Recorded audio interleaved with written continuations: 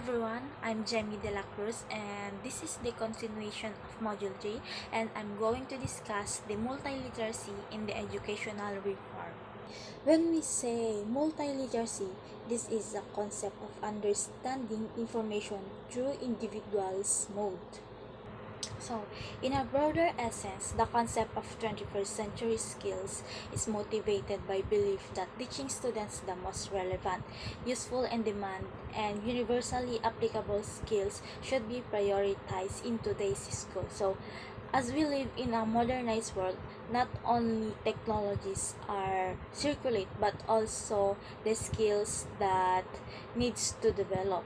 Students need to be taught different skills that should reflect the specific demands of a complex, competitive, knowledge-based, information age, technology-driven economy and society. So, like for example, nung grade 7 ako, nag-aral ako sa vocational school sa Reyna Mercedes, which is may iba't iba silang specialization doon, kagaya ng cosmetology, garment trades, drafting, and cooking, ganun. So, kada grading, kunwari, first grading, cosmetology ka, second grading, lilipat ka na naman sa garment trades, third grading, lilipat ka ulit sa drafting, so ganun. So, yung ganitong way nila is para ma-enhance yung mga students, yung mga skills nila, and para na din malaman ng mga estudyante kung ano ang pipiliin nilang specialization kapag tutungtong na sila sa grade 8. Assessment of multiliteracies. As an assessment moves from usual memorization of facts and disconnected processes to demonstration of understanding through application in a variety of contexts. Media literacy skills are honed as students address real-world issues from the environment. So, media literacy is also very important because it is one way also by engaging the learners to this kind of literacy. They are very literate when it comes to media utilization. Preparing for teachers for multiliteracy. New London Group 1996 underscored multiliteracies as multimodal ways of communication that include communication between and among other languages, using diverse channels within cultures, and an ability to understand technology and multimedia. As such, applying multiliteracies to teaching offers a new classroom pedagogy that extends and helps manage classrooms. Teachers' education must prepare teachers to teach multiliteracies and classroom strategies. So it is always right and proper. And if we are going to become a teacher, the teacher should develop the future educator to become a multiliterate individual for us to train our future learners to become also a multiliterate. So our strategies of teaching should always integrate the multiliteracy to our learners.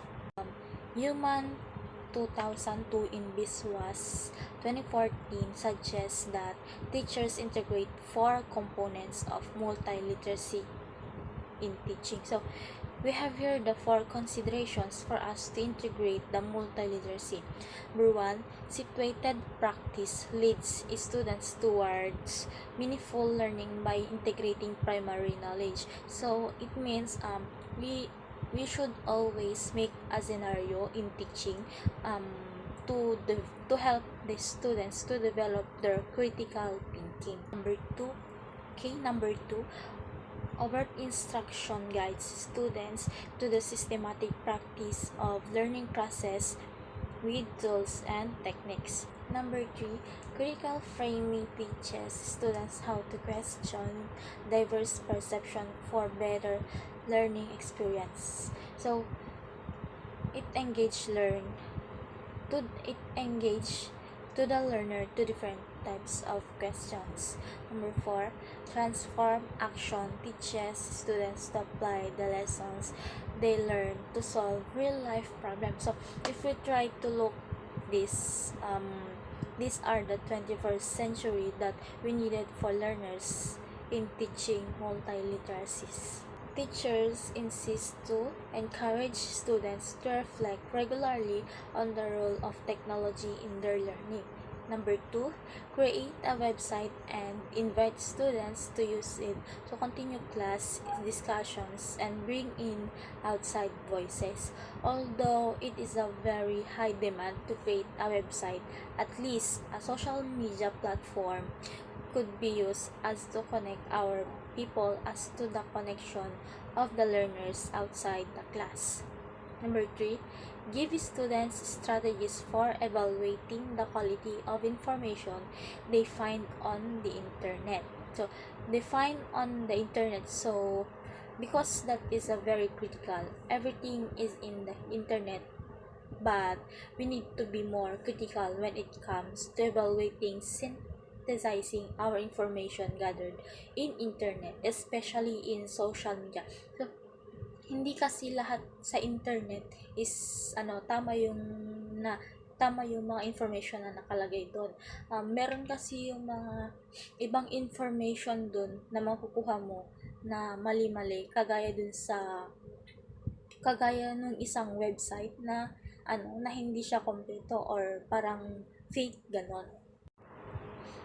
Number 4, be open about one's own strengths and limitations with technology and invite students to help.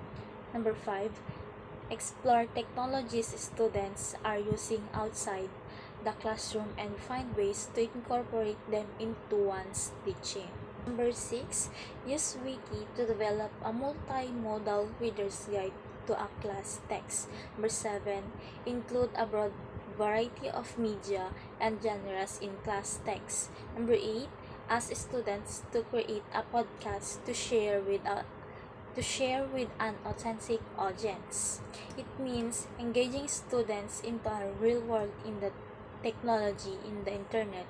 We can use podcasts, we can use social media platform, Facebook, especially YouTube, because that could really engage learners will be able in authentic audience. Number 9, give students explicit instruction about how avoid plagiarism in a digital environment. Number 10, refer to the Partnership for 21st Century Skills website. That website will really help us to know when teachers discuss the framework of 21st century skills. For schools and policymakers, number 1, teachers need both intellectual and material support for effective 21st century literacy instruction. So, the management administration of school also need to support the teachers in order to deliver the quality instruction with the help of technology. Number 2, schools need to provide continuing opportunities for professional development as well as up-to-date technologies for use in literacy classroom. So, the teachers or the future teachers need to train when it comes to utilization of technology, information, communication, and technology. Number 3, address the digital divide by lowering the number of students per computer and by providing high-quality access, broadband speed, and multiple locations to technology and multiple software packages. You know, that's in the reality na there are some schools na hindi kayang mag-provide ng one-on-one computer. Number 4, ensure that students in literacy classes have regular access to technology. Number 5, provide regular literacy specific professional development in technology for teachers and administrators at all levels, including higher education. Number 6, require teachers preparation programs to include training in integrating technology into instruction. So, if we want to have a good quality or better quality of instruction, the teachers or the future educators should train to use technology in the classroom. Number 7, protect online learners and ensure their privacy.